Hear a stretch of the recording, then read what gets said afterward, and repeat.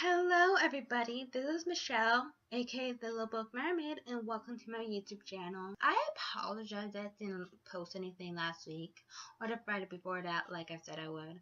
I don't have any excuses for it, except to say that I was just out and about having fun with my friends and family, and yeah. But I did manage to go to some book sales last week, and I went to the bookstore, and I'm here to present my purchases to you guys. So yeah, hope you guys like it. Oh, one note, I'm doing this in the order of alphabetical by author's last name. So yeah, hope you don't mind that. First book is The Queen of Bright and Shiny Things by Anna Dwyer. I saw this book sitting on a bookshelf at Barnes& and Noble 2 years ago, and I was interested in it.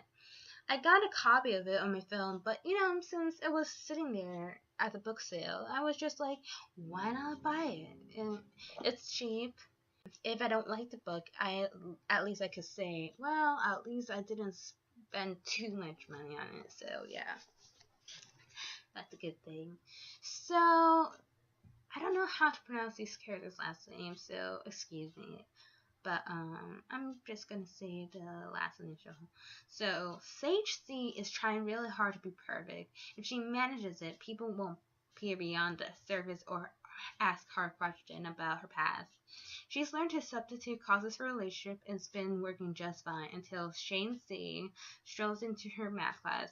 He's a little antisocial, a lot beautiful, and everything she never knew she always wanted.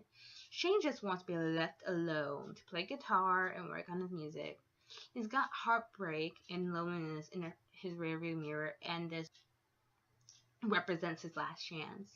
But love doesn't mean all broken things, and sometimes life has to fall apart before it can be put back together again.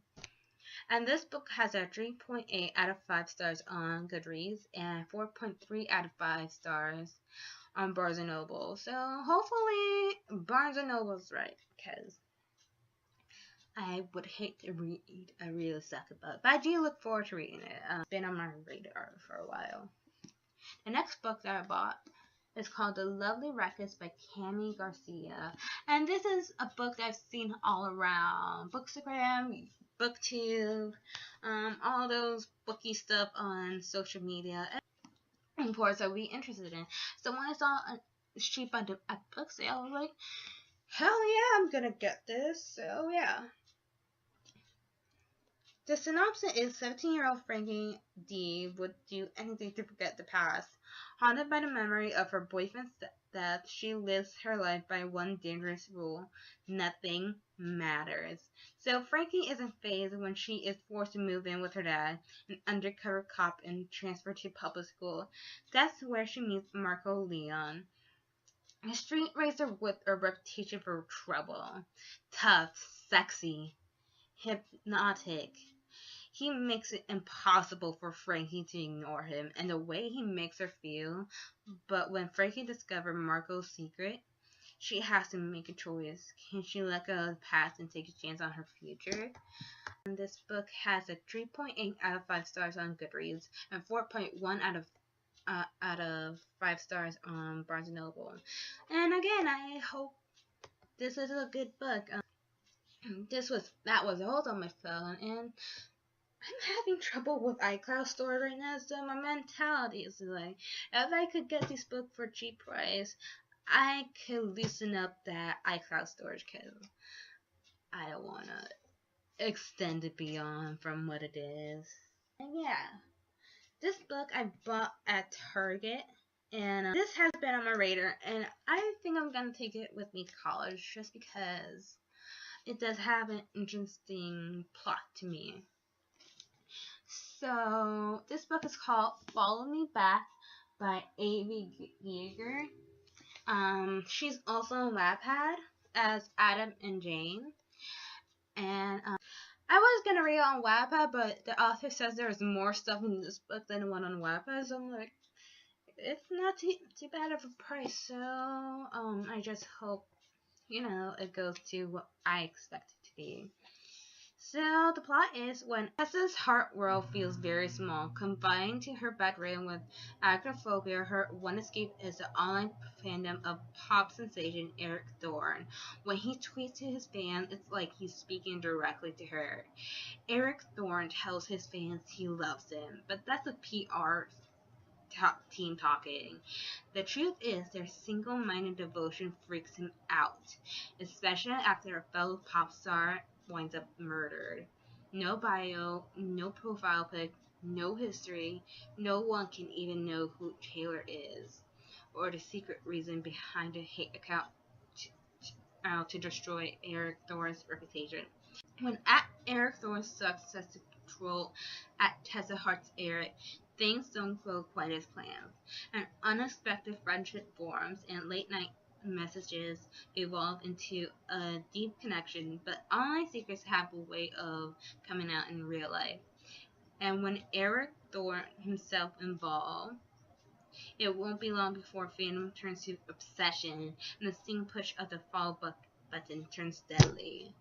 And I find it interesting because, one of my favorite singers is Drake Bell.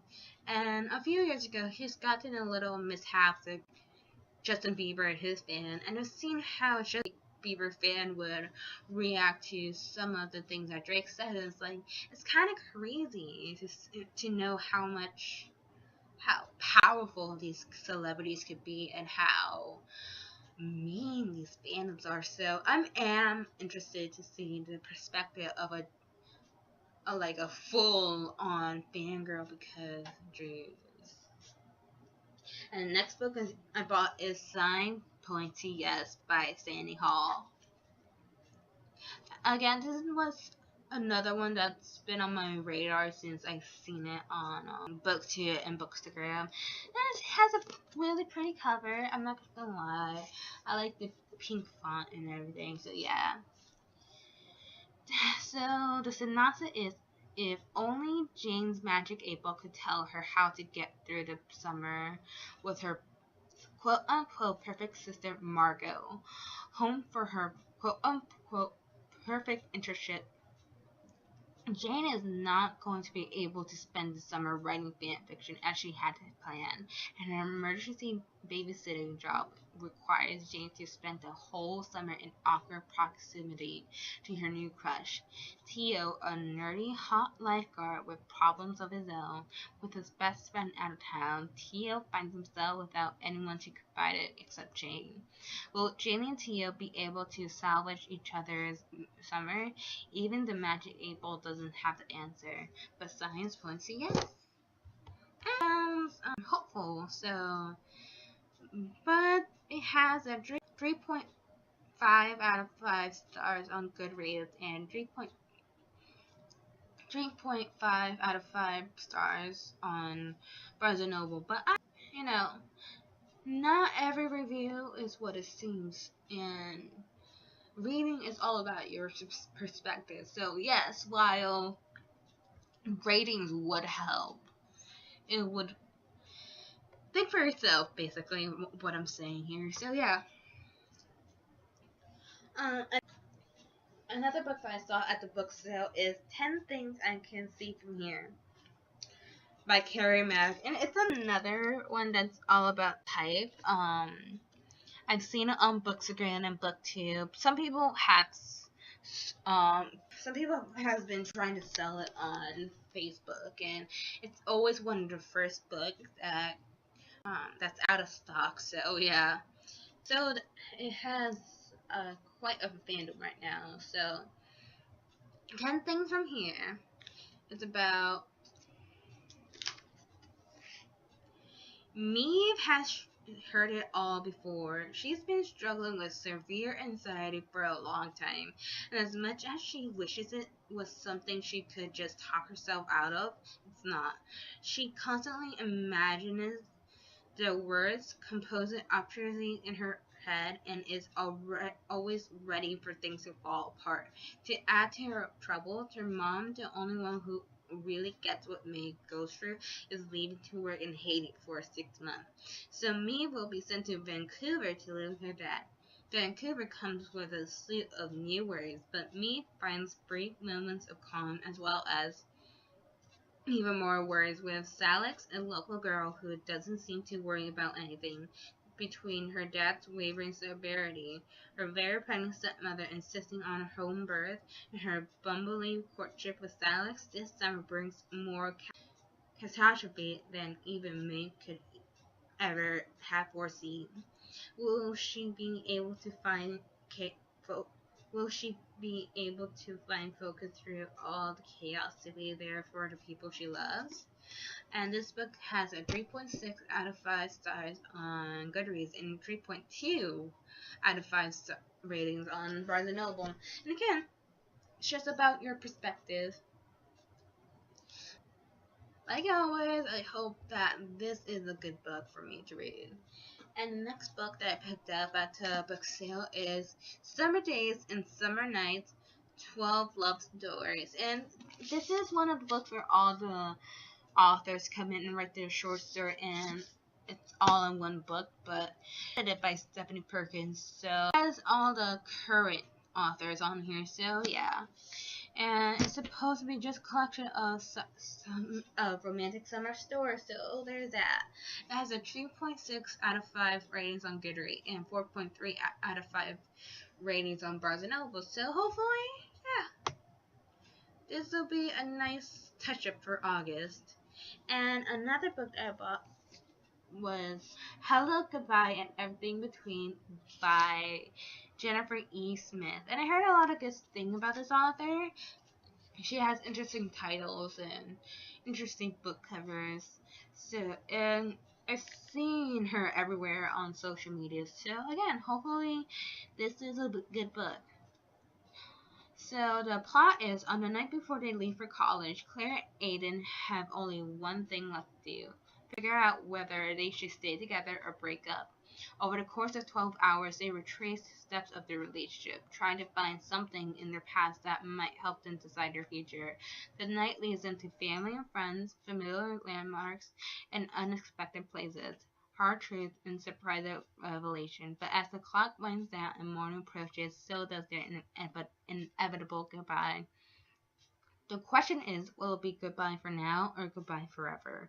Charming, bittersweet, and full of wisdom and heart, this irresistible novel from Jennifer E. Smith, author of The Statistical Probability of Love at First Sight, explores the difficult choices that arrive when life and love leads in different directions. And yeah. This is a book that I can relate to right now because I'm about to approach my sophomore year of college, and the new freshmen that are coming out are people who are new, and I can only imagine how it's like for me. It's kind of like, because I was more friends with the people from the lower grade than my own grade, and it kind of feels like I'm departing, like I'm graduating one more time just with them. Like everyone is just departing to go to the desired college, and yeah, so this book has a 3.6 rating on Goodreads and 3.9 ratings on Barnes & Noble. So yeah. Another book by Jennifer E. Smith is called The Statistical Probability of Love at First Sight. And this is a paperback unlike the other book, and again, this was just everywhere on social media, and it was a really cheap buy, so I bought it. So the plot is, today should be one of the worst days of 17-year-old Hallie Sullivan's life. Having missed her flight, she's stuck at JFK Airport and late to her father's second wedding, which is taking place in London and involves a soon-to-be stepmother Hallie's never even met. Then she meets the perfect boy in the airport's cramped waiting area. Oh gosh. His name is Oliver. He's British, and he's sitting in her row. Of course he is. A long night on the plane passes in the blink of an eye, and Hallie and Oliver lose track of each other in the airport chaos upon arrival. Can fate intervene to bring them together once more? Set over a 24-hour period, this is a cinematic novel about feeling, connection, second chances, and first love. So that book has 3.8 out of 5 stars, out of 5 ratings on Goodreads, and 4.5 out of 5 ratings on Barnes & Noble. Last but not least, the last book that I bought last week was Suicide Notes from Beautiful Girls. And again, this has been on my mind, and this was at a real cheap price, and so I bought it. Mostly, I bought most of these books because they were at a really good price. So, yeah, don't be too surprised. They say Delilah burned herself to death in her stepfather's shed. They say it was a suicide, but June doesn't believe that. June and Delilah used to be best friends in a way that comes before everyone else. It was like being in love, except more. They had an infinite number of secrets tying them together like thin silk cords. But one night a year ago, everything changed. June, Delilah, and June's boyfriend Ryan were just having a little fun. Their good time got out of hand, and in the cold blue light of morning, June knew only this: things would never be the same again. Now Delilah is dead. June owes it to her to find out the truth, which is far more complicated than she ever could have imagined.